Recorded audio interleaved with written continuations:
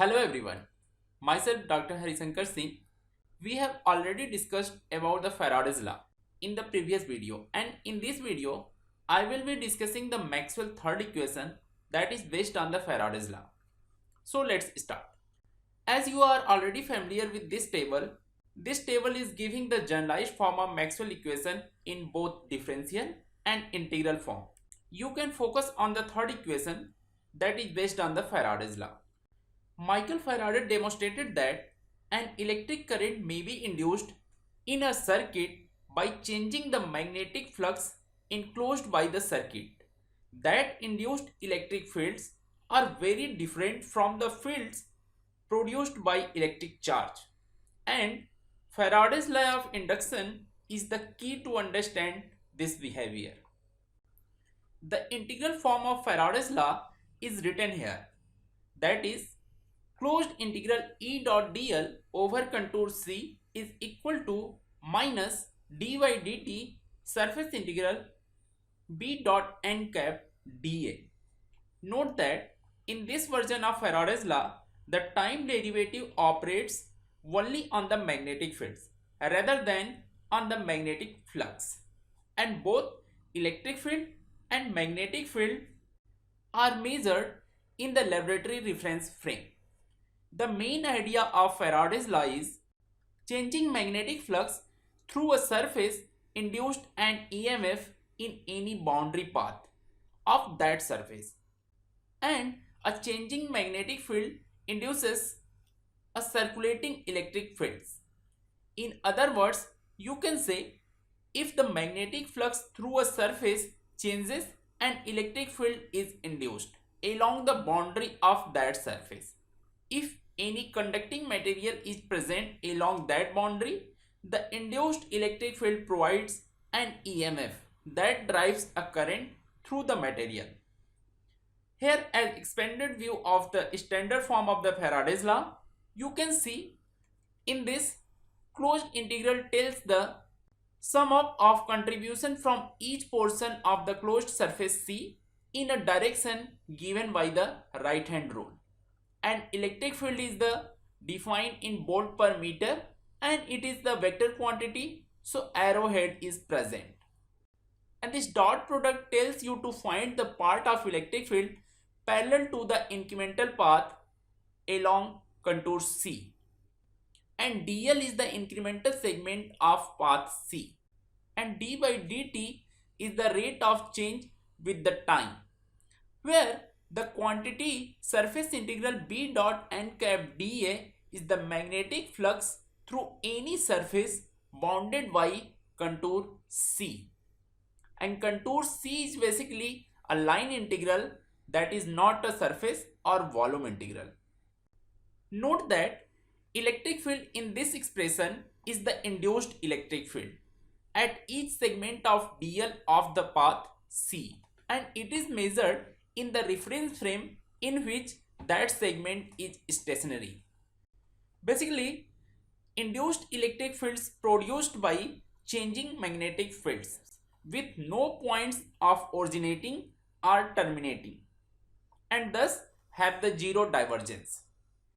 Here are some rules of thumb that will help you to visualize and sketch the electric fields produced by the changing of magnetic fields. Induced electric fields line produced by changing magnetic field must form a complete loop, and the net electric field at any point is the vector sum of all electric fields present at that point. And the third is electric field lines can never cross to each other, since that would indicate that the field points in two different directions at the same location. Thus, in the summarized way, we can say that the electric field in Faraday's law represents the induced electric field at each point along the path C, a boundary of the surface through which the magnetic flux is changing over the time. The path may be through empty space or through a physical material. The induced electric field exists in both the cases. Since the field lines of induced electric fields form a closed loop, These fields are capable of driving charged particle around the continuous circuit. Therefore, the circulation of electric fields around a closed circuit has come to be known as electromotive force.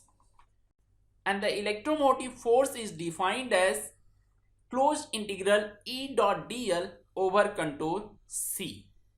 And the right hand side of the common form of Faraday's law, that is d by dt surface integral B dot n cap dA, may look alarming at the first glance, but a carefully inspection of the terms reveals that the largest portion of this expression is simply the magnetic flux phi v. So we can write that rate of change of flux as d by dt phi v, and this will be equal to d by dt surface integral B dot n cap dA. The integral in this expression is over any surface S, whereas integral in Faraday law is specifically over a closed surface. And since the left side of Faraday's law is the induced EMF and it is represented as closed integral E dot dl and the changing magnetic flux, so we can write closed integral over contour C E dot dl is equal to minus d by dt phi v, where phi v is the flux, so we have already defined that. Look at this figure. The area is enclosed by the loop is changing over the time, which changes the flux through a surface. Therefore, we can say that magnitude of the induced EMF does not depend on the total amount of magnetic flux through the loop, rather than it depends only on how fast the flux changes. Now, let us see the differential form of Faraday's law. It is generally written as del cross E is equal to minus del B by del T. The left side of this equation is a mathematical description of the curl of electric field, and the right hand side represents the rate of change of magnetic field over time. The main idea of Faraday's law in differential form is a circulating electric field is produced by a magnetic field that changes with the time. So, to understand the meaning of each symbol in the differential form of Faraday's law, here is the explanation. In this explanation, del cross E basically represents circulation of field vector around the closed path. Del is the operator, you can say called as nabla, and it represents here as a vector, so arrowhead is there. And cross product turns the del operator into the curl. And electric field in the volt per meter, and it is the vector quantity, so arrowhead is there. And del B by del T is the rate of change of magnetic field with the time. The differential form of Faraday's law is very useful in deriving the electromagnetic wave equations, which I will discuss in the later videos. We can use differential form of Faraday's law in solving problem where expression for the magnetic field as a function of time is given, and we have to find the curl of induced electric field and vice versa. So according to the Faraday law, Maxwell predicted that due to rate of change of magnetic field, electric field are induced. So this was the prediction of the Maxwell. Therefore, Faraday's law is modified by the Maxwell, and this equation is basically called as Maxwell third equation. So this is all about in this video, and in the next video we will discuss about the Maxwell fourth equation, that is Ampere's circuital law.